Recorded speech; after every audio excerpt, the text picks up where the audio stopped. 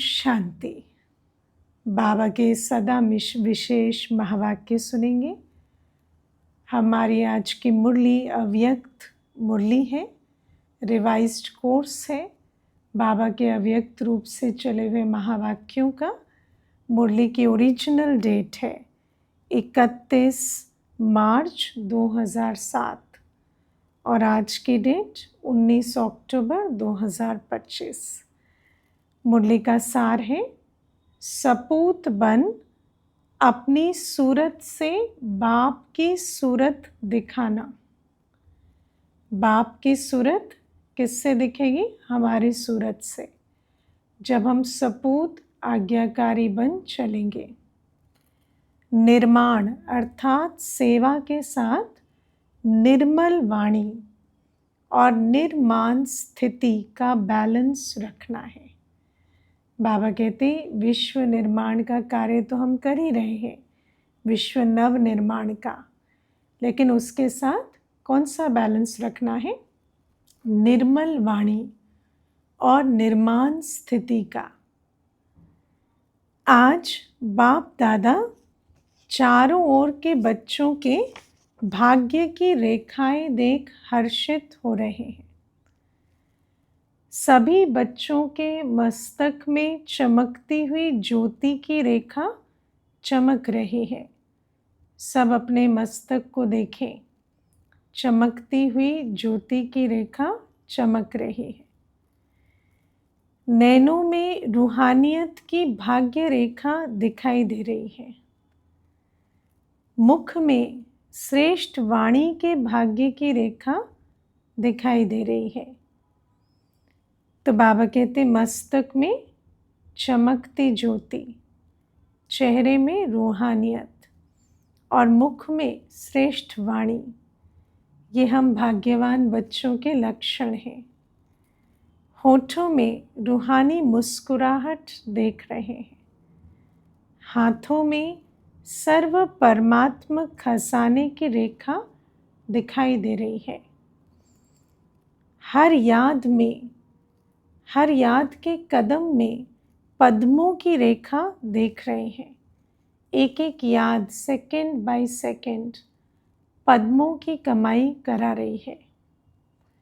हर एक के हृदय में बाप के लव में लवलीन की रेखा देख रहे हैं।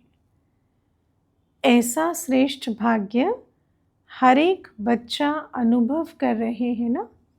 बाबा तो वर्णन कर रहे हैं, पर हम बच्चे तो ऐसे श्रेष्ठ भाग्य के अनुभव में बैठे हैं, क्योंकि ये भाग्य की रेखाएं स्वयं बाप ने हर एक के श्रेष्ठ कर्म की कलम से खींचे हैं।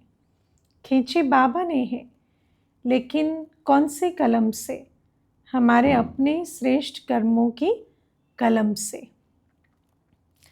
ऐसा श्रेष्ठ भाग्य जो अविनाशी है, सिर्फ इस जन्म के लिए नहीं है, लेकिन अनेक जन्मों की अविनाशी भाग्य रेखाएं हैं। है ना? रेखा शब्द सुनते हैं तो लगता है रेखा तो मिट जाती है, लेकिन ये जो अविनाशी भाग्य की रेखा है, ये मिटने वाली नहीं है। ये तो 21 जन्मों तक चलने वाली है। अविनाशी बाप है और अविनाशी भाग्य की रेखाएं हैं। इस समय श्रेष्ठ कर्म के आधार पर सर्व रेखाएं प्राप्त होती हैं।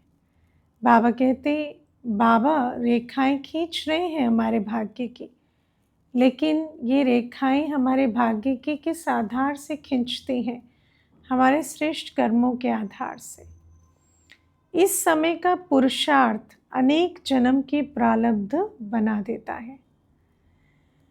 सभी बच्चों को जो प्रारब्ध अनेक जन्म मिलनी है, बाप दादा वो अभी इस समय इस जन्म में पुरुषार्थ के प्रारब्ध की प्राप्ति देखना चाहते हैं। सिर्फ भविष्य नहीं, लेकिन अभी भी ये सब रेखाएं सदा अनुभव में आए। तो बाबा कहते हैं भविष्य फल तो मिलेगा, लेकिन प्रत्यक्ष फल क्या है? कि जो भाग्य की रेखाएं हैं, ये हर एक बच्चे के अनुभव में आए।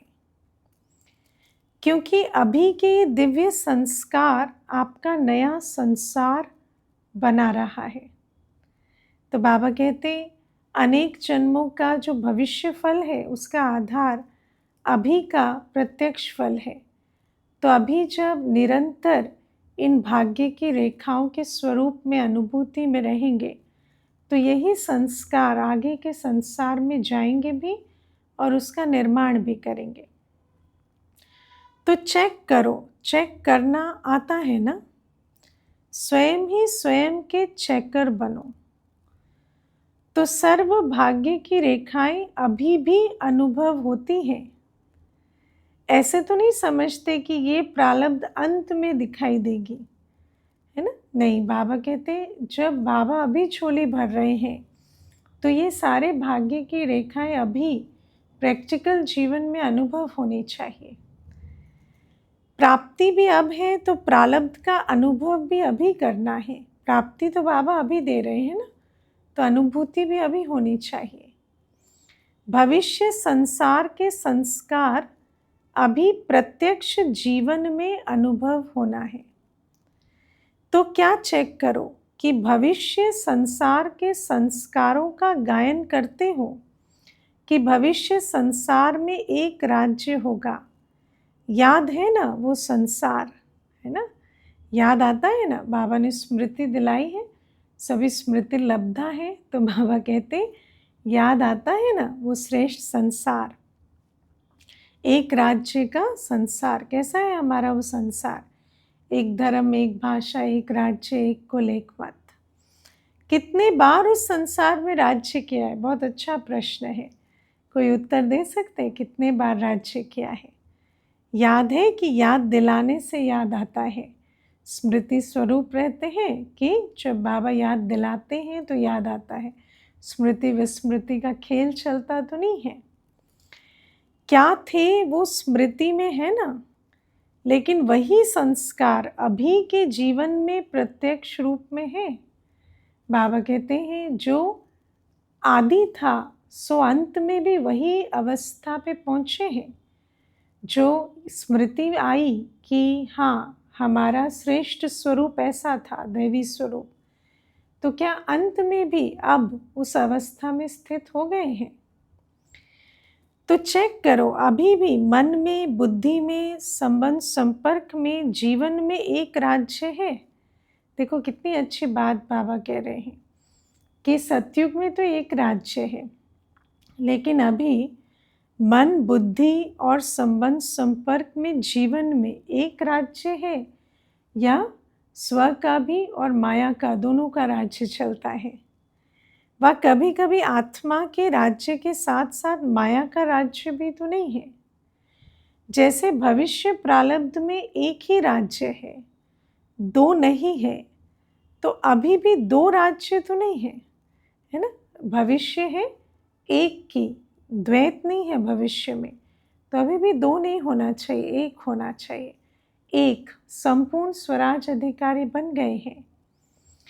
जैसे भविष्य राज्य में एक राज्य के साथ एक धर्म है, ठीक है ना? तो बाबा देखो कितना अच्छा अभी के संस्कार के आधार से भविष्य संसार का निर्माण हो रहा है।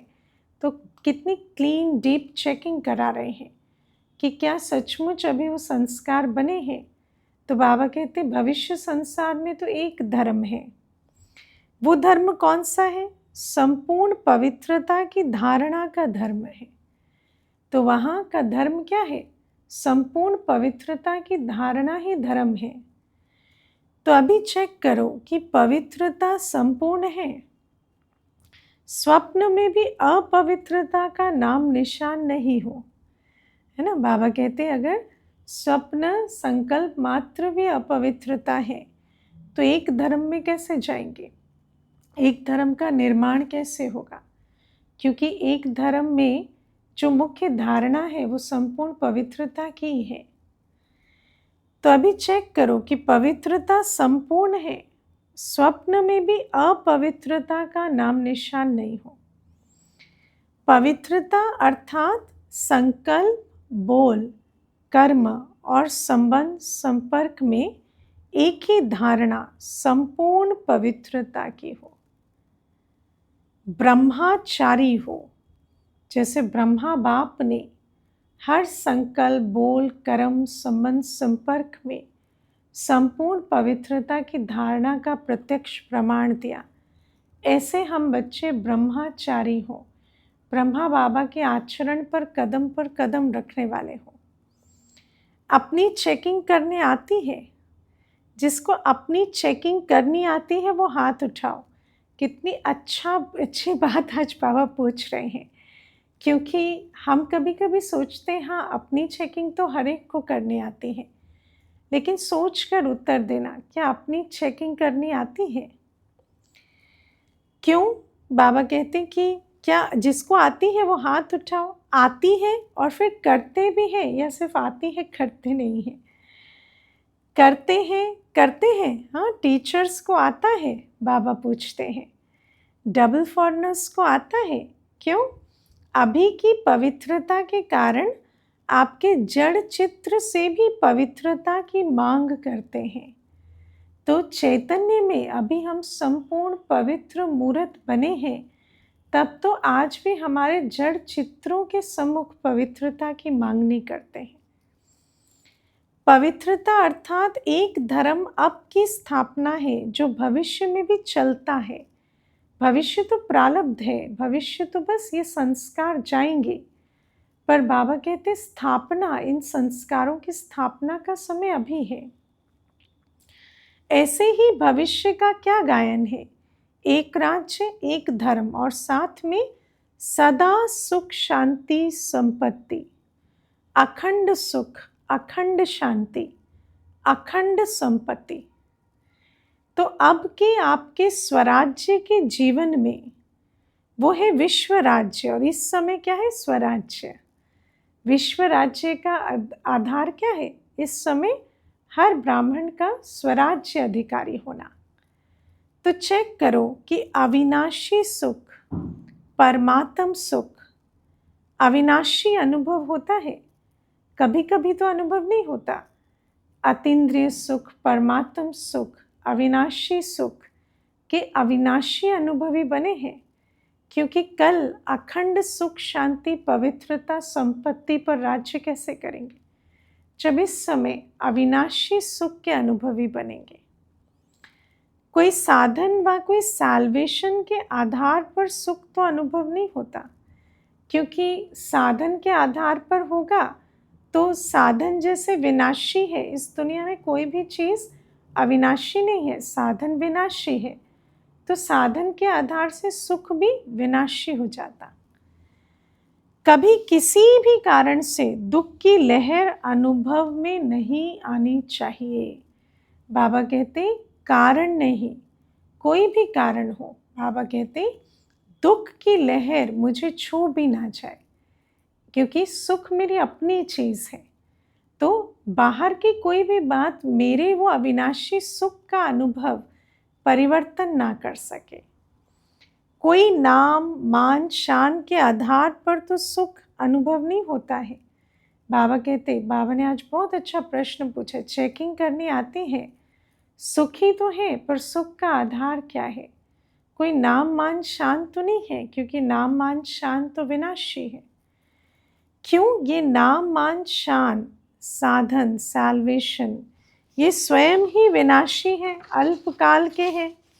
तो विनाशी आधार से अविनाशी सुख नहीं मिलता। चेक करते जाओ, है ना। आज बाबा बहुत चेकिंग की पॉइंट्स दे रहे हैं। अभी तो सुनते भी जाओ और अपने में चेक भी करते जाओ, तो पता पड़ेगा कि आपके संस्कार और भविष्य संसार के प्रारब्ध में कितना अंतर है। आपके संस्कार भविष्य संसार के प्रारब्ध का आधार है, और अगर आपके संस्कार परफेक्ट नहीं है, संपूर्ण नहीं है, तो फिर भविष्य प्रारब्ध भी संपूर्ण नहीं हो सकते। बाबा कहते आप सब ने जन्मते ही बाप दादा से वायदा किया है। याद है वायदा कि भूल गया है? हाँ, किस किस को याद है? अपना वायदा याद कर लेना। अभी बाबा हिसाब ले रहे हैं। यही वायदा किया कि हम सभी बाप के साथी बन, विश्व कल्याणकारी बन, नया सुख शांतिमय संसार बनाने वाले हैं। याद है ना? बाबा को हमने क्या कहा? बाबा, जो आपका धंधा सो मेरा, है ना? जो आपके गुण सो मेरे, जो आपकी शक्तियाँ सो मेरी, जो आपका कर्तव्य सो भी मेरा। मैं साथी बन, राइट हैंड बन, आपके कर्तव्य को संपन्न करने की जिम्मेवारी उठाती हूँ। संगम युग पर बाबा ने हर एक बच्चे को जिम्मेवारी का ताज दिया और बच्चों ने भी बहुत फख्र से उस ताज को धारण किया। तो बाबा कहते हैं ना, विश्व कल्याणकारी बन, नया सुख शांति में संसार बनाने वाले हो ना, बाबा के साथी बनकर। याद है? अपना वायदा याद है? याद है तो हाथ उठाओ। पक्का वायदा है या थोड़ा गड़बड़ हो जाती है? नया संसार अब परमात्म संस्कार के आधार से बनाने वाले हैं। भले ही संसार दैवी होगा, लेकिन दैवी संसार के संस्कार शिव बाबा दे रहे हैं। तो शिव बाबा से श्रीमत पर चल जब सर्व संस्कार धारण करेंगे, तभी दैवी संसार में जाएंगे। तो बाबा कहते तो सिर्फ अभी पुरुषार्थ नहीं करना है, लेकिन पुरुषार्थ के प्रारब्ध भी अभी अनुभव करने हैं।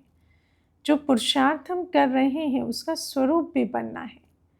सुख के साथ शांति को भी चेक करो कि अशांत सर्कमस्टांस, अशांत वायुमंडल में, उसमें भी आप शांति सागर के बच्चे सदा कमल पुष्प समान अशांति को भी शांति के वायुमंडल में परिवर्तन कर सकते हो। एक तो ये चेक करो कि अशांति के वायुमंडल में न्यारे रह पाते हो, अशांति का प्रभाव स्वयं पर तो नहीं आता। और फिर शांति सागर के बच्चे हम अपने शांत स्वरूप से उस अशांति के वायुमंडल को परिवर्तन कर सकते हैं। शांत वायुमंडल है, उसमें आपने शांति अनुभव की, ये कोई बड़ी बात नहीं है, क्योंकि उसमें तो हमें वायुमंडल का सहयोग मिला। लेकिन वायुमंडल तो परिवर्तनशील है, तो हमारी शांति भी परिवर्तनशील हो जाएगी। लेकिन आपका वायदा है कि अशांति को शांति में परिवर्तन करने वाले हैं, क्योंकि बाबा विश्व परिवर्तक है। तो हमने भी तो बाबा का साथी बन विश्व परिवर्तन का जिम्मा उठाया है ना। तो आपका वायदा क्या है कि हम भी अशांति को शांति में परिवर्तन करने वाले हैं। तो चेक करो, चेक कर रहे हैं ना? हाँ, अभी तक बाबा पूछ रहे हैं, मेरे साथ बैठे हो ना, जो जो पॉइंट्स दे रहा हूँ चेक कर रहे हो ना? परिवर्तक हो, परवश तो नहीं हो ना, परिवर्तक हो। परिवर्तक कभी परवश नहीं हो सकता, क्योंकि या तो परवश होगा, या तो परिस्थिति स्वस्थिति को बदलेगी, या स्वस्थिति परिस्थिति को बदलेगी। इसी प्रकार से संपत्ति, अखुट संपत्ति, वो स्वराज्य अधिकारी की क्या है? स्वराज्य अधिकारी विश्व राज्य में तो स्थूल संपत्ति भी अकेचार होगी, लेकिन अभी इस संगम युग में स्वराज्य अधिकारी अवस्था में हम किस संपत्ति के अधिकारी हैं? तो बाबा कहते ज्ञान, गुण और शक्तियाँ, स्वराज्य अधिकारी की संपत्तियाँ ये है ना। तो हमारी इस समय संगम युग में संपत्ति क्या है? ज्ञान, गुण और शक्तियाँ। तो बाबा कहते वो भी जो स्वराज अधिकारी उनकी संपत्ति है, क्योंकि फिर ज्ञान, गुण और शक्तियाँ हमारे ऑर्डर पर चलती हैं। तो चेक करो, ज्ञान के सारे विस्तार के सार को स्पष्ट जान गए हो ना। तो बाबा कहते ज्ञान तो जैसे वृक्ष है, लेकिन ज्ञान के विस्तार के बीज को जान लिया है ना। ज्ञान का अर्थ वो नहीं है कि सिर्फ भाषण किया, कोर्स कराया। ज्ञान का अर्थ है समझ। कितनी सुंदर बात बाबा कह रहे कि अभी ज्ञान स्वरूप बनना, ज्ञान की संपत्ति के अधिकारी बनना माना समझदार बनना। तो हर संकल्प, हर कर्म, बोल ज्ञान अर्थात समझदार, नॉलेजफुल बन के करते हो, है ना, नॉलेजफुल स्थिति में सोच समझ कर हर संकल्प, बोल और कर्म करते हो। ज्ञान तो मिल गया आदि मध्य अंत का, लेकिन क्या हर कर्म त्रिकालदर्शी होकर करते हैं? संकल्प भी ऐसे ही रच लेते हैं या त्रिकालदर्शी होकर रचते हैं? सर्व गुण प्रैक्टिकल जीवन में इमर्ज रहते हैं। सर्व है वह यथाशक्ति है ना। सर्व गुण जो बाबा ने दिए सबके अधिकारी बने हैं, या जितना मैं धारण कर पाई किया ऐसा है। इसी प्रकार सर्व शक्तियाँ, आपका टाइटल है मास्टर सर्वशक्तिवान, शक्तिवान नहीं है तो सर्व शक्तियाँ संपन्न हैं। और दूसरी बात, सर्व शक्तियाँ समय पर कार्य करती हैं। ऐसा तो नहीं कि अभी ऑर्डर दिया सहन शक्ति आओ और पहले क्रोध वरोध कर लिया उसके बाद सहन शक्ति आई, नहीं ना, तब तक तो पाप का खाता बन जाएगा। तो बाबा चेकिंग करवा रहे हैं कि सचमुच अभी स्वराज्य अधिकारी संपत्तिवान बने हैं। तो बाबा कहते समय पर हाजिर होती है या समय बीत जाता है फिर याद आता है। तो चेक करो, तीनों ही बातें, एक राज्य, एक धर्म और अविनाशी सुख शांति संपत्ति, क्योंकि नए संसार में ये बातें जो अभी स्वराज्य के समय का अनुभव है वो नहीं हो सकेगा, है ना। झोली तो अभी भरनी है, वहाँ कमाई करने का, झोली भरने का समय नहीं है, वो तो प्रारब्ध का युग है, नया राज्य। अभी इन सभी बातों का अनुभव अभी कर सकते हैं। अभी से ये संस्कार इमर्ज होंगे, तब अनेक जन्म प्रारब्ध के रूप में चलेंगे। ऐसे तो नहीं समझते ना कि धारण कर रहे हैं हो जाएगा, अंत तक तो हो ही जाएंगे, है ना। बाबा को कहते बाबा आप चिंता नहीं करो हम हो जाएंगे। तो क्या गे की भाषा बाबा को अच्छी नहीं लगती। बाप दादा ने पहले से ही इशारा दे दिया है कि बहुत काल का अभी का अभ्यास बहुत काल की प्राप्ति का आधार है। अभ्यास तो चाहिए और वो भी बहुत काल का, तब बहुत काल की प्राप्ति बनेगी। अंत में हो जाएगा नहीं सोचना, हो जाएगा नहीं, होना ही है। क्यों? स्वराज्य का जो अधिकार है वो अभी बहुत काल का अभ्यास चाहिए।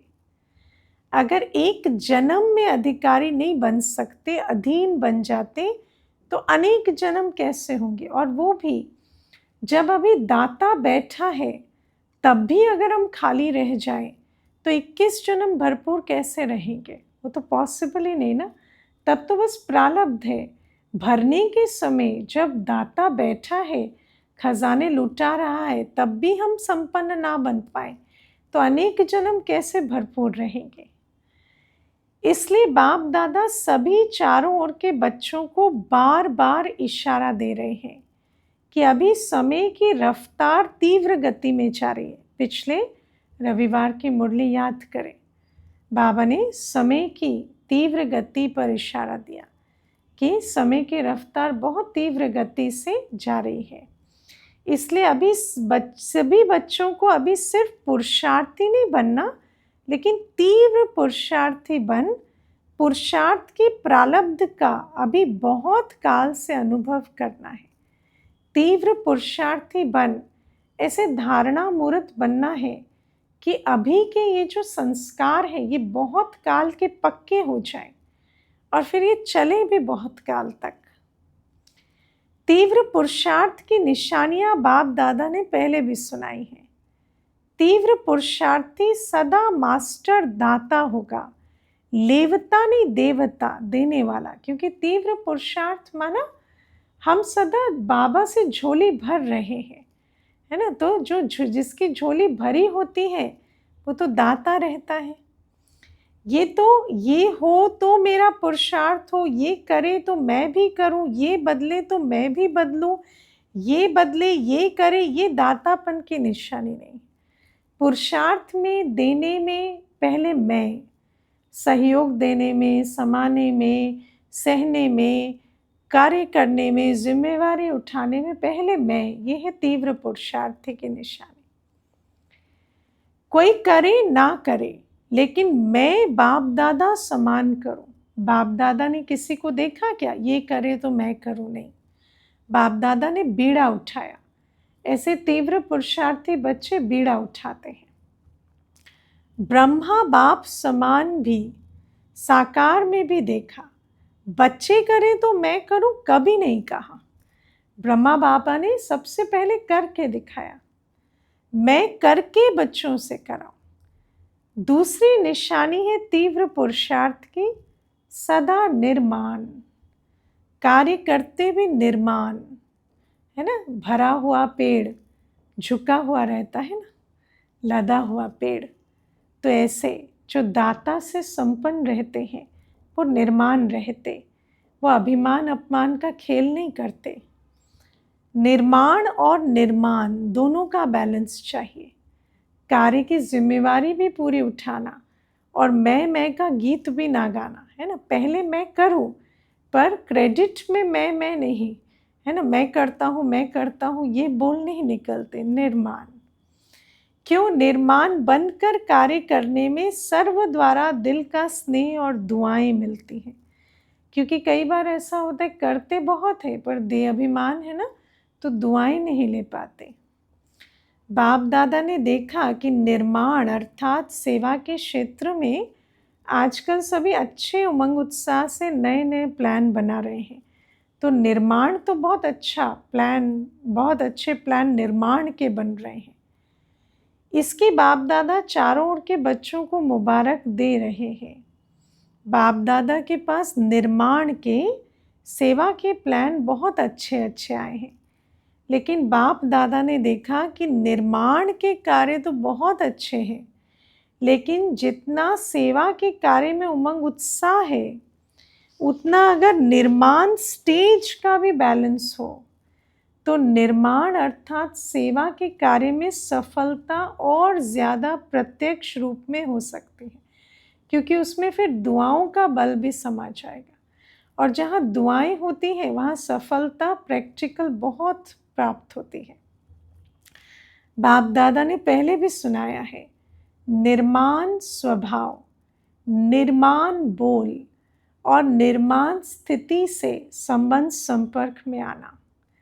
देवताओं का गायन करते हैं, लेकिन है ब्राह्मणों का गायन, क्योंकि प्रैक्टिकल चरित्र तो अभी ब्राह्मण जीवन में ही हमें दिखाने हैं। देवताओं के लिए कहते हैं, उनके मुख से जो बोल निकलते हैं वो जैसे हीरे मोती, अमूल्य, निर्मल वाणी, निर्मल स्वभाव। लेकिन वास्तव में ये निर्माणता, ये निर्मलता अभी धारण करनी है। अभी बाप दादा देखते हैं, रिजल्ट सुना देना, क्योंकि इस सीज़न का लास्ट टर्न है। सुना दे रिजल्ट। तो बाप दादा ने देखा कि निर्मल वाणी, निर्माण स्थिति, उसमें अभी अटेंशन चाहिए। तो रिजल्ट क्या है? अभी 100% नहीं है। बाप दादा ने खजाने के 3 खाते जमा करो, ये पहले बताया है ना। कौन से खाते? तो रिजल्ट में क्या देखा? 3 खाते कौन से हैं वो तो याद होगा ना, याद करो भाई। कौन से खाते बाबा ने चेक करने को कहे थे? खजानों के खाते। तो रिवाइज कराते हैं बाबा, फिर भी रिवाइज कर रहे हैं। एक है अपने पुरुषार्थ से जमा का खाता बढ़ाना। दूसरा है सदा स्वयं भी संतुष्ट रहें और दूसरे को भी संतुष्ट करें, भिन्न भिन्न संस्कार को जानते हुए भी, है ना। नॉलेजफुल है संस्कारों के, पता है इसका ये संस्कार, उसका वो संस्कार, लेकिन उससे मुझे कोई कंप्लेन नहीं है। जानते हुए भी मैं संतुष्ट हूँ, जानते हुए भी संतुष्ट रहना और संतुष्ट करना, इससे दुआओं का खाता जमा होता है। एक है पुरुषार्थ से खाता जमा होना, दूसरा है संतुष्ट रहकर संतुष्ट करने से दुआओं का खाता जमा करना। अगर किसी भी कारण से संतुष्ट करने में कमी रह जाती है तो पुण्य के खाते में जमा नहीं होता, है ना। तो ये जो पुण्य का खाता या दुआओं का खाता है उसमें कमी रह जाती है। संतुष्टता पुण्य की चाबी है, चाहे रहना चाहे करना। और तीसरा है सेवा में भी सदा निस्वार्थ मैंपन नहीं, मैंने किया या मेरा होना चाहिए, ये मैं और मेरापन जहाँ सेवा में आ जाता है वहाँ पुण्य का खाता जमा नहीं होता। तो निर्माण रहकर पुण्य का खाता जमा करना है।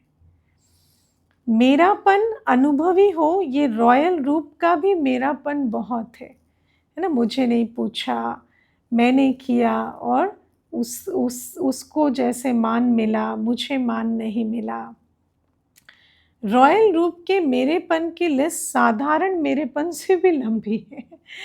तो जहाँ भी मैं और मेरेपन का स्वार्थ आ जाता है, निस्वार्थ नहीं है, वहाँ पुण्य का खाता कम जमा होता है। सेवा की तो उसका जमा तो होता है, पर मैंपन मेरेपन के साथ की तो कम जमा हुआ, उतना माइनस हो जाता। मेरेपन की लिस्ट फिर कभी सुनाएंगे, बड़ी लंबी है और बड़ी सूक्ष्म है। तो बाप दादा ने देखा कि अपने पुरुषार्थ से यथाशक्ति सभी अपना अपना खाता जमा कर रहे हैं, लेकिन दुआओं का खाता और पुण्य का खाता, क्योंकि संतुष्टता के सब्जेक्ट में भी ढीले हैं और निस्वार्थपन में भी थोड़ी कमी है, वो अभी भरने की आवश्यकता है। इसीलिए तीनों खाते जमा करने का अटेंशन। संस्कार वैरायटी अभी भी दिखाई देंगे, सबके संस्कार अभी संपन्न नहीं हुए हैं, लेकिन हमारे ऊपर औरों के कमज़ोर संस्कारों का प्रभाव नहीं पड़ना चाहिए। मुझे पता है कि उसका ये संस्कार है, पर मुझे उस संस्कार से प्रभावित नहीं होना है। मैं मास्टर सर्वशक्तिवान हूँ, कमज़ोर संस्कार शक्तिशाली नहीं है। मुझ मास्टर सर्वशक्तिवान के ऊपर कमज़ोर संस्कार का प्रभाव नहीं पड़ना चाहिए। सेफ्टी का साधन है बाप दादा की छत्र छाया में रहना। बाप दादा ने मुझे जो स्वमान दिलाए हैं, जो स्मृतियाँ दी हैं, उनकी स्मृति में रहना, बाप दादा के साथ कंबाइन रहना। छत्र छाया है श्रीमत। आज बाप दादा इशारा दे रहे हैं कि स्व प्रति हरेक को संकल्प, बोल, संपर्क, संबंध, कर्म में नवीनता लाने का प्लान बनाना ही है ना। अभी साधारण नहीं, अभी विशेष संकल्प, बोल, संबंध, संपर्क सब श्रेष्ठ बने। बाप दादा पहले रिजल्ट देखेंगे, क्या नवीनता लाया, क्या पुराना संस्कार दृढ़ संकल्प से परिवर्तन किया, ये रिजल्ट पहले देखेंगे। क्या सोचते हो, ऐसा करें? हाँ, पहले बाबा देखें कि आज इतनी बाबा ने चेकिंग के लिए इशारा दिया, तो क्या चेक करके चेंज कर रहे हैं? हाथ उठाओ जो कहते करेंगे। करेंगे, अच्छा करेंगे या दूसरे को देखेंगे? क्योंकि देखने वाले करते नहीं है ना। क्या करेंगे? दूसरे को नहीं देखना, बाप दादा को देखना। बाबा कहते देखना है ना, मुझे देखो, अपनी बड़ी दादी को देखना है ना, क्योंकि उस समय दादी तो साकार में थे है ना। बाप दादा अव्यक्त, बाबा तो अव्यक्त हो गए, लेकिन दादी तो साकार में थे। तो बाबा कहते दादी को देखना। कितनी न्यारी और प्यारी स्टेज है। बाप दादा कहते अगर किसको मैं और हद का मेरापन से न्यारा देखना हो, तो अपने बाप दादा के दिल तख्त नशीन दादी को देखो। क्या भाग्य है ना। साकार में बाबा ऐसे बोल महावाक्य उच्चारण कर रहे हैं कि बाप दादा की दिल तख्त नशीन दादी है ना। तो बाबा कहते सारी लाइफ में हद का मेरापन, हद का मैंपन, इससे न्यारी रही है। दादी तो कभी ऐसे भी नहीं कहती थी ये मेरा विचार है, दादी का विचार है कहती थी। इतना हद के मैंपन, मेरेपन से न्यारी रही। उसकी रिजल्ट बीमारी कितनी भी है, लेकिन दुख दर्द की भासना से न्यारी है, क्योंकि बीमारी देह में है। और इतना मैंपन, मेरापन त्याग दिया है कि मेरी देह का दर्द दुख भी जैसे अनुभव नहीं होता। एक ही शब्द पक्का है। कोई भी पूछता दादी कुछ दर्द है, दादी कुछ हो रहा है, तो क्या उत्तर मिलता? कुछ नहीं, कुछ नहीं। क्योंकि निस्वार्थ और दिल बड़ी, सर्व को समाने वाली, सर्व की प्यारी, इसकी प्रैक्टिकल निशानी देख रहे हो। तो जब ब्रह्मा बाप की बात कहते हैं तो कहते हैं उसमें तो बाप था ना, हाँ कह देते हैं कि वो तो डबल इंजन थे, बाप दादा थे, बाबा बैठा था। लेकिन दादी तो आपके साथ प्रभु पालना में रही, दादी में तो बाबा की प्रवेशता नहीं हुई, दादी ने तो हमारी तरह पालना ली, पढ़ाई में रही, सेवा में साथी रही। तो जब एक बन सकता है निस्वार्थ स्थिति में, तो क्या आप सभी नहीं बन सकते? क्योंकि अगर एक बन रहा है तो विधि तो 100% फुल प्रूफ है। तो बाबा कहते बन सकते हैं ना, बाप दादा को निश्चय है कि आप ही बनने वाले हैं, इसलिए तो बाप दादा हम पर इतनी मेहनत कर रहे हैं ना। लेकिन हमें निश्चय है, हाँ कितने बार बने हैं याद है ना? हाँ आज बाबा 2 बार ये प्रश्न पूछ चुके हैं। अनेक कल्प कितनी बार बने? अनगिनत बार। अनेक कल्प बाप समान बने हैं और अभी भी आप ही बनने वाले हो। इसी उमंग उत्साह से उड़ते चलो। बाप को आप में निश्चय है तो आप भी अपने में सदा निश्चय बुद्धि बनना ही है, ऐसा निश्चय बुद्धि बन उड़ते चलो। जब बाप से प्यार है, प्यार में 100% से भी ज़्यादा है।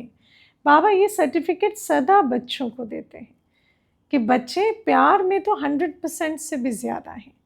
ऐसे कहते हो, ये ठीक है ना? ठीक कह रहे हैं ना बाबा? जो भी सभी बैठे हैं व जो भी अपने अपने स्थान पर सुन रहे हैं, देख रहे हैं, वो सभी प्यार के सब्जेक्ट में अपने को 100% समझते हैं। वो हाथ उठाओ, हाँ हाथ उठाओ, सभी हाथ उठाते ना, 100% सभी ने उठाया। अच्छा, पीछे वाले लंबे हाथ उठाओ, हिलाओ हाथ। हाँ आज 22,000 से भी अधिक भाई बहनें पहुंचे हुए हैं, बाप दादा को सूचना दी गई। इसमें तो सभी ने हाथ उठाया। तो प्यार की निशानी क्या है? समान बनना। इसको डबल अंडरलाइन करो। प्यार, जिससे प्यार होता है उसके समान बनते हैं। जिससे प्यार होता है उस जैसा बोलना, उस जैसा चलना, उस जैसा संबंध संपर्क निभाना, ये है प्यार की निशानी। आज बाप दादा अभी अभी देखना चाहते हैं कि 1 सेकंड में स्वराज्य की सीट पर कंट्रोलिंग पावर, रूलिंग पावर के संस्कार में इमर्ज रूप से सेकंड में बैठ सकते। 1 सेकंड में स्थित हो जाओ। आत्मा स्वराज्य अधिकारी की सीट पर, full controlling power, ruling power. तो 1 सेकंड में 2 मिनट के लिए सेकंड में स्थित हो जाओ। 2 मिनट, 2-3 मिनट स्थित रहो, स्वराज्य अधिकारी की सीट पर सेट हो जाओ। अच्छा, ड्रिल कराई बाप दादा ने। चारों ओर के बच्चों की याद, प्यार के पत्र और साथ साथ जो भी साइंस के साधन हैं, उन्हों द्वारा याद प्यार बाप दादा के पास पहुंच गई है। क्योंकि आजकल कोई मैसेज देते हैं, कोई ईमेल लिखते हैं, कोई पत्र भेजते हैं, अपने दिल का समाचार भी बहुत बच्चे लिखते भी हैं और रूरिहान में भी सुनाते हैं। बाप दादा उन सभी बच्चों को रिस्पॉन्स दे रहे हैं कि सदा सच्ची दिल पर साहेब राजी है। दिल की दुआएं और दिल का दुलार बाप दादा का विशेष उन आत्माओं प्रति है जिन्होंने बाप दादा को याद प्यार भेजी है। चारों ओर के जो भी समाचार देते हैं, सभी अच्छे अच्छे उमंग उत्साह से प्लान जो भी बनाए हैं, उसकी बाप दादा मुबारक भी दे रहे हैं और वरदान भी दे रहे हैं कि बढ़ते चलो, बढ़ाते चलो। चारों ओर के बाप दादा के कोटों में कोई में भी कोई श्रेष्ठ भाग्यवान बच्चों को बाप दादा का विशेष याद प्यार, बाप दादा सभी बच्चों को हिम्मत और उमंग उत्साह की मुबारक भी दे रहे हैं। आगे तीव्र पुरुषार्थी बनने की, बैलेंस की पदम पदम गुणा ब्लेसिंग भी दे रहे हैं। सभी के भाग्य का सितारा सदा चमकता रहे और औरों का भाग्य बनवाते रहें, इसकी भी दुआएं दे रहे हैं। चारों ओर के बच्चे अपने अपने स्थान पर सुन भी रहे हैं, देख भी रहे हैं, और बाप दादा भी सभी चारों ओर के दूर बैठे बच्चों को देख देख खुश हो रहे हैं। देखते रहो और मधुबन की शोभा सदा बढ़ाते रहो। तो सभी बच्चों को दिल की दुआओं साथ नमस्ते। ऐसे मीठे प्यारे बाप दादा को भी हम बच्चों का याद प्यार गुड मॉर्निंग और नमस्ते। ओम शांति। वरदान है, अटेंशन रूपी घृत द्वारा आत्मिक स्वरूप के सितारे की चमक को बढ़ाने वाले आकर्षण मूर्त भव। बाबा कहते, जब बाप द्वारा, नॉलेज द्वारा आत्मिक स्वरूप का सितारा चमक गया, क्योंकि नॉलेज का घृत जला तो सितारा तो चमक गया, तो वो बुझ नहीं सकता, क्योंकि बाप अविनाशी, नॉलेज अविनाशी, तो चमक भी अविनाशी। लेकिन चमक की परसेंटेज कम और ज़्यादा हो सकती है। ये सितारा सदा चमकता हुआ सबको आकर्षित तब करेगा जब रोज़ अमृत वेले अटेंशन रूपी घृत डालते रहेंगे। तो ज्ञान का घृत तो डल गया, लेकिन अब अटेंशन रूपी घृत से उस सितारे को निरंतर चमकता हुआ रखना है। नहीं तो क्या होता, लाइट कभी धीमी हो जाती। जैसे दीपक में घृत डालते रहते हैं तो वो एक रस जलता है, ऐसे संपूर्ण अटेंशन देना, अर्थात बाप के सर्व गुण व शक्तियों को स्वयं में धारण करना। इसी अटेंशन से आकर्षण मूर्त बन जाएंगे। स्लोगन है, बेहद की वैराग वृत्ति द्वारा साधना के बीज को प्रत्यक्ष करो। हम सब राज ऋषि हैं। भले ही हम संसार के बीच रहते हैं, पर हम साधक हैं, ऋषि हैं, अंदर साधना में तपते हैं, एक बाबा की याद में तपस्या में रहते हैं। तो जब हम अंदर साधक हैं, साधना का बीज है, तो प्रैक्टिकल जीवन में उसका स्वरूप क्या दिखाई देना चाहिए? बेहद की वैराग्य वृत्ति। सब चीज़ों के बीच रहते, काम काज करते, व्यवहार व्यापार में आते, जितने प्यारे उतने ही न्यारे। बेहद के वैरागी, बुद्धि कहीं लिपायमान नहीं होती, हर किसी के संबंध संपर्क में आते हैं, पर जैसे उपराम रहते हैं।